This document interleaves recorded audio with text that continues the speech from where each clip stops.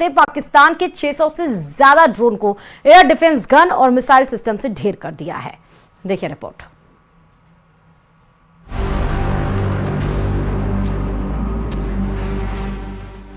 रक्षा मंत्रालय के प्रोजेक्ट आकाश तीर की चर्चा भी तेज हो गई है, क्योंकि सेना के मुताबिक पाकिस्तान की तरफ से किए गए हमलों के दौरान प्रोजेक्ट आकाश तीर गेम चेंजर साबित हुआ। सेना के मुताबिक प्रोजेक्ट आकाश तीर के जरिए ही भारत की तीनों सेनाओं ने मिलकर पाकिस्तान के छक्के छुड़ा दिए। प्रोजेक्ट आकाश तीर कोई हथियार नहीं है, बल्कि एक वॉर सिस्टम है जो एआई यानी आर्टिफिशियल इंटेलिजेंस की मदद से काम करता है। यानी साहस के साथ तकनीक का सहारा लेकर भारत की फौज ने दुश्मन को मिट्टी में मिला दिया। भारत की रक्षा के लिए बनाए गए इस वॉर सिस्टम को सेना के लिए हथियार बनाने वाले संगठन डीआरडीओ, भारतीय स्पेस एजेंसी आईएसआरओ और सेना के लिए सॉफ्टवेयर बनाने वाली कंपनी भारत इलेक्ट्रॉनिक्स लिमिटेड ने मिलकर तैयार किया था, जिसका मकसद दुश्मन की हर हरकत को लाइव ट्रैक करना है। और ऑपरेशन सिंदूर के दौरान रक्षा मंत्रालय के इस वॉर सिस्टम प्रोजेक्ट आकाश तीर ने सटीक काम किया। नतीजा ये हुआ कि पाकिस्तान की एयरबेस हो या फिर आतंकी संगठन, सभी जगहों पर सटीक हमला करने में मदद मिली। और ऑपरेशन सिंदूर के दौरान रक्षा मंत्रालय के इस वॉर सिस्टम प्रोजेक्ट आकाश तीर ने सटीक काम किया। नतीजा ये हुआ कि पाकिस्तान की एयरबेस हो या आतंकी ठिकाने, सभी जगहों पर सटीक हमला करने में मदद मिली। और इतना ही नहीं, प्रोजेक्ट आकाश तीर के जरिए बनाए गए वॉर सिस्टम की मदद से भारतीय सेना ने दुश्मन की मिसाइलों की रियल टाइम मॉनिटरिंग की और उन्हें आसमान में ही राख कर दिया। सेना के सूत्रों के मुताबिक दुश्मनों से निपटने के लिए 1 साल पहले ही आकाश तीर प्रोजेक्ट के तहत तीनों सेनाओं के लिए एक integrated control and command centre बना दिए गए थे। सबसे अहम बात यह है कि ये वॉर सिस्टम एआई यानी आर्टिफिशियल इंटेलिजेंस पर काम करता है, मतलब खुद ही डेटा को रिकवर करता है और उसका अध्ययन करके पलक झपकते ही अलर्ट जारी कर देता है। इसलिए भारत के प्रोजेक्ट आकाश तीर को ऑपरेशन सिंदूर के दौरान गेम चेंजर माना जा रहा है। भारत की थल सेना, वायुसेना और नेवी ने आपस में मिलकर काम किया और दुश्मन पर ऐसा हमला किया कि उसकी कमर ही टूट गई। सेना के सूत्रों के मुताबिक जब ऑपरेशन सिंदूर शुरू किया गया तो रेडार सिस्टम से मिले सिग्नल और डेटा की मदद से भारतीय थल सेना और वायु सेना के साथ एक्शन लिया। और नतीजा ये हुआ कि पाकिस्तान को चीन और तुर्की से भीख में मिली मिसाइलें भारतीय हमलों में कबाड़ बन गई, क्योंकि टारगेट की सटीक जानकारी मिलते ही भारत की मिसाइलें और एंटी एयरक्राफ्ट गन उस पर टूट पड़ी। सेना के मुताबिक प्रोजेक्ट आकाश तीर के तहत बनाए गए तीनों सेनाओं के वॉर सिस्टम ने कुछ इस तरह से काम किया। जमीन पर थल सेना और वायु सेना के रेडार को integrated control and command centre से जोड़ दिया गया था। रेडार को जानकारियां सैटेलाइट और airborne warning and control system से मिली और जैसे ही दुश्मन की मिसाइलें और ड्रोन का पता लगा, कमांड सेंटर ने एक अलर्ट जारी किया गया, जिसके बाद वायु सेना के लड़ाकू विमान और थल सेना के एयर डिफेंस सिस्टम एक्टिव हो गए और उन्होंने हमला बोल दिया। सेना के मुताबिक प्रोजेक्ट आकाश तीर की वजह से दुश्मन पर हमले और उसके हमले को नाकाम करने का रिएक्शन टाइमिंग काफी कम हो गया। सबसे अहम बात यह है कि वॉर सिस्टम एआई यानी आर्टिफिशियल इंटेलिजेंस पर काम करता है, मतलब खुद ही डेटा को रिकवर करता है और उसका अध्ययन करके पलक झपकते ही अलर्ट जारी कर देता है। इसलिए भारत के प्रोजेक्ट आकाश तीर को ऑपरेशन सिंदूर के दौरान गेम चेंजर माना जा रहा है। Bureau report, news 18।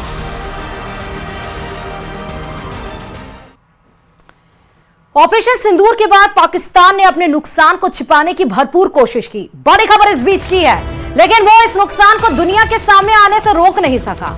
अब खुद पाकिस्तान के प्रधानमंत्री शहबाज शरीफ इस बात को कबूल कर रहे हैं कि ऑपरेशन सिंदूर के दौरान पाकिस्तान को भारी नुकसान पहुंचा है। शहबाज शरीफ का एक वीडियो सोशल मीडिया पर जमकर वायरल हो रहा है, जिसमें शहबाज शरीफ कबूल कर रहा है कि जिस दिन ऑपरेशन सिंदूर को अंजाम दिया गया, यानी 7 मई, उस रात करीब 2:30 बजे उन्हें जनरल आसिम मुनीर का फोन आया, यानी सेना अध्यक्ष, जिसमें उन्हें जानकारी दी गई कि भारत ने नूर खान एयरबेस समेत कई अहम ठिकानों पर बमबारी कर दी है और इस बमबारी में काफी नुकसान पहुंचा है।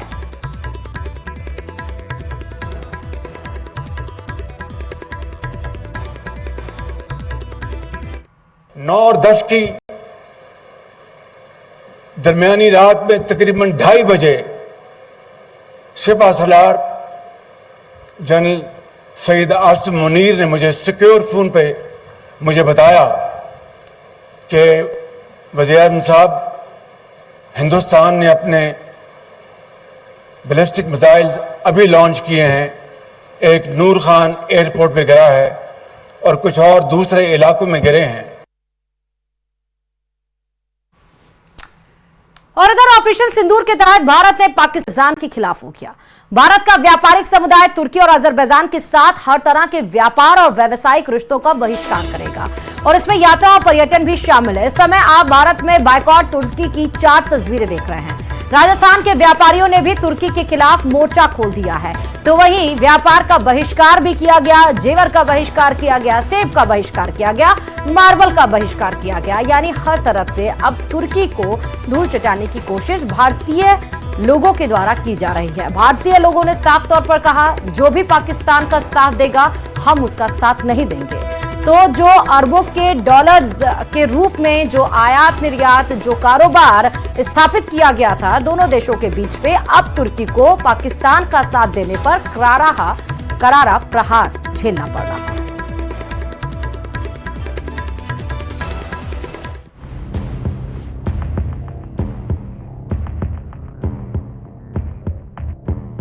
पाकिस्तान से यारी तुर्की पर पड़ी भारी।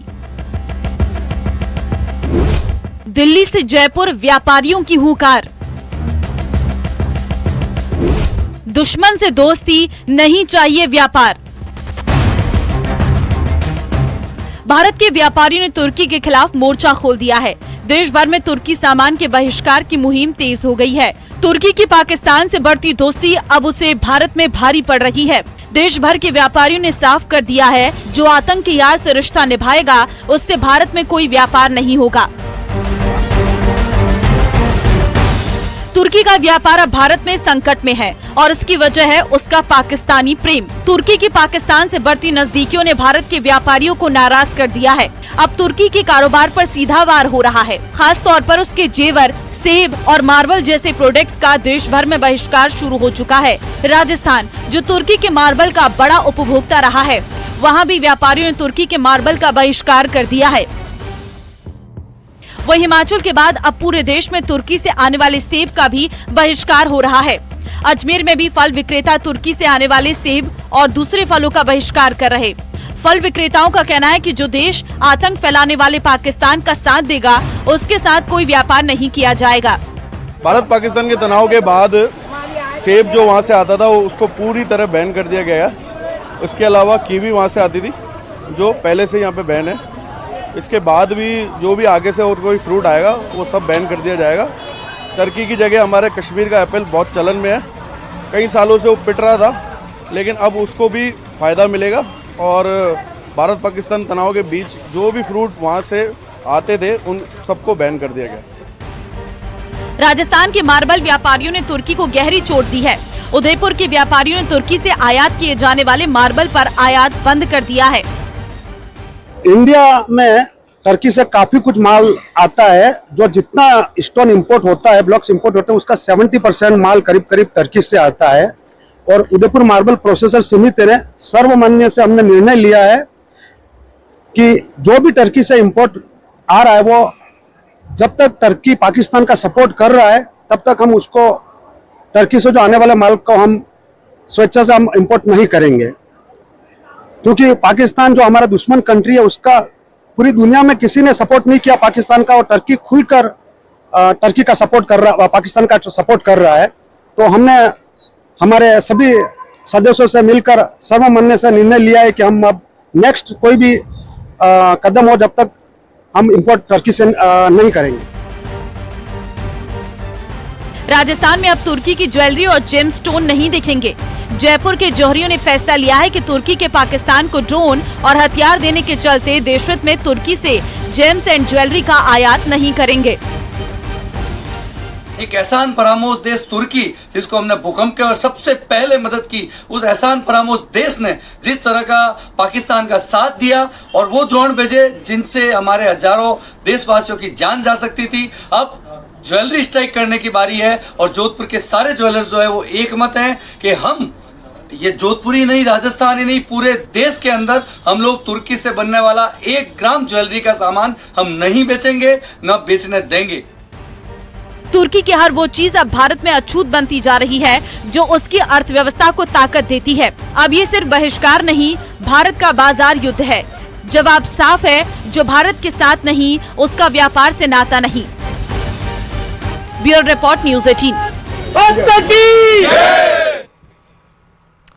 ऑपरेशन सिंदूर के बाद पाकिस्तान ने बॉर्डर से सटे गांवों पर ड्रोन और मिसाइल से हमले किए, जिसे देश के मजबूत डिफेंस सिस्टम ने आसमान में ही मार गिराया। इस बीच जैसलमेर के रायमला गांव के बाशिंदे पूरी तरह आश्वस्त थे कि इस बार भी तनोट माता दुश्मन देश का वही हाल करेंगी जो 65 और 71 की जंग में किया गया था। देखिए रिपोर्ट।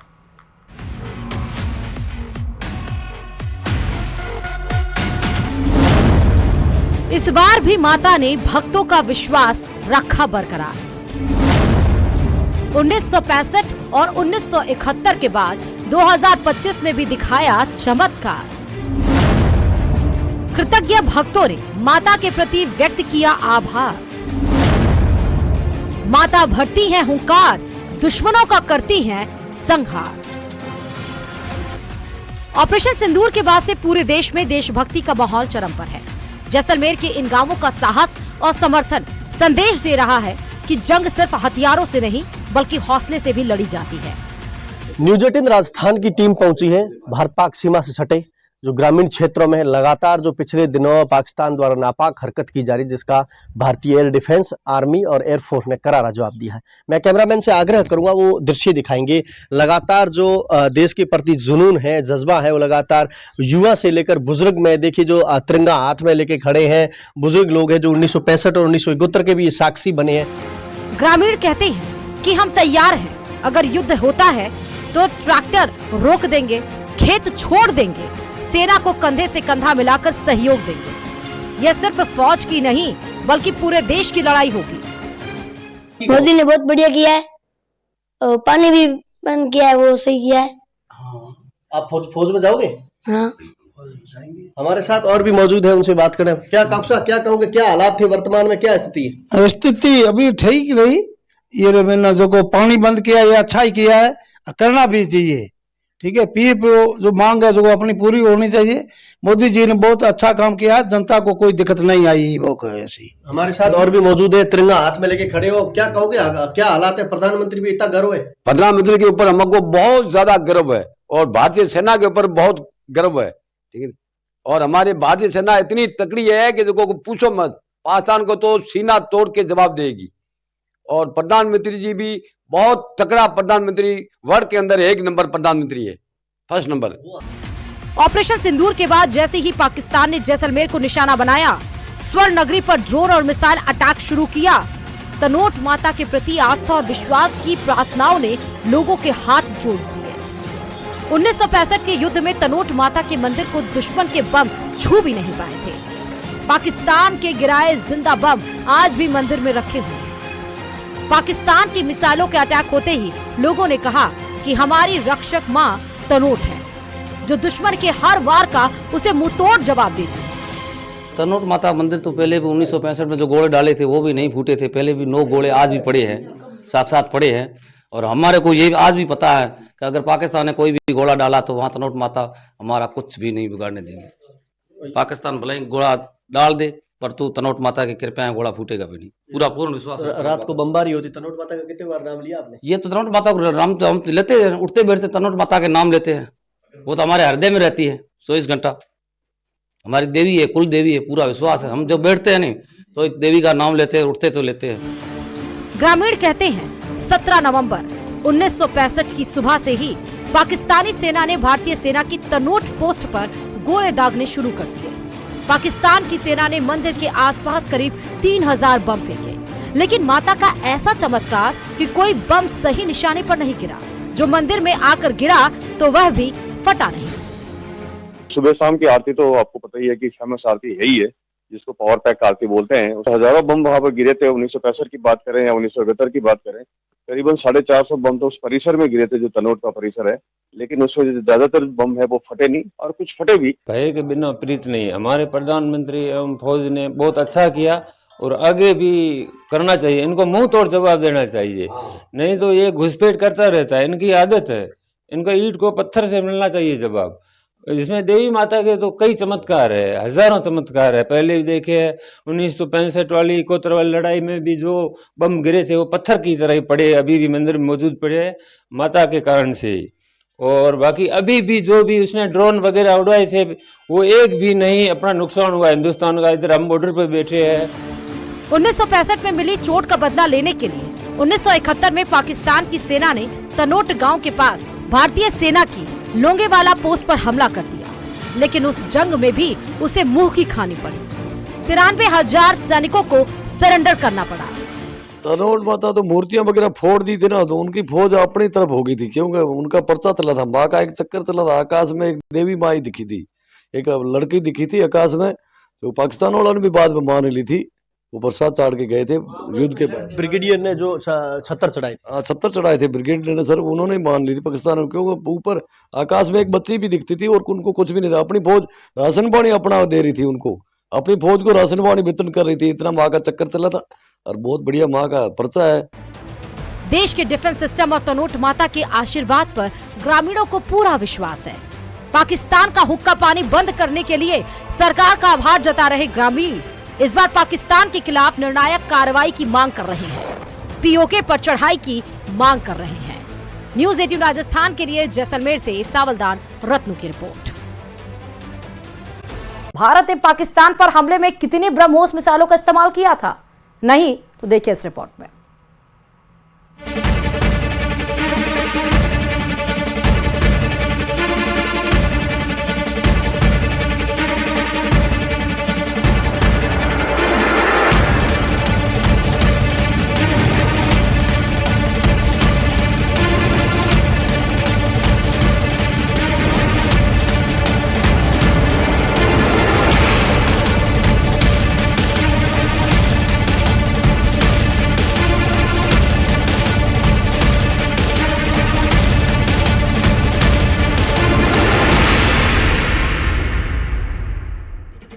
पाकिस्तान ने भारत पर ड्रोन और मिसाइलों से 26 हमलों की नाकाम कोशिश की।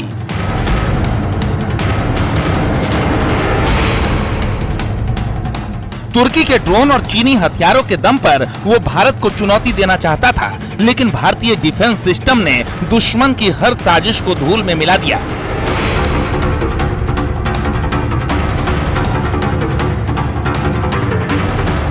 जैसे ही ड्रोन भारतीय सीमा में घुसे, हमारा डिफेंस सिस्टम उन्हें सेकंडों में नेस्तनाबूद कर देता।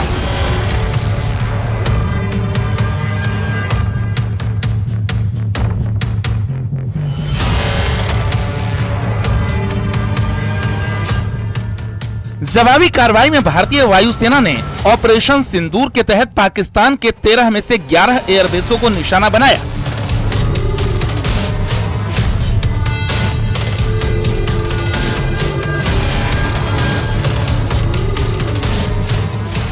पंद्रह ब्रह्मोस मिसाइलों की गर्जना ने पाकिस्तानी एयर डिफेंस सिस्टम और चीनी तकनीक को तहस नहस कर दिया। लाहौर के रडार स्टेशन से लेकर कई यूएवी और एक एयर सर्विलांस प्लेन तक पाकिस्तान ने सब कुछ खो दिया।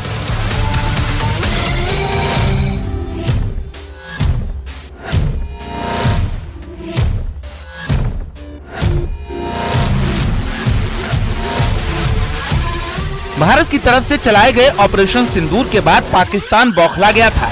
यही कारण है कि वो लगातार भारत पर हमले की नाकाम कोशिशें कर रहा था। हमले में वो ड्रोन और मिसाइलों को इस्तेमाल कर रहा था। चलिए इसी के साथ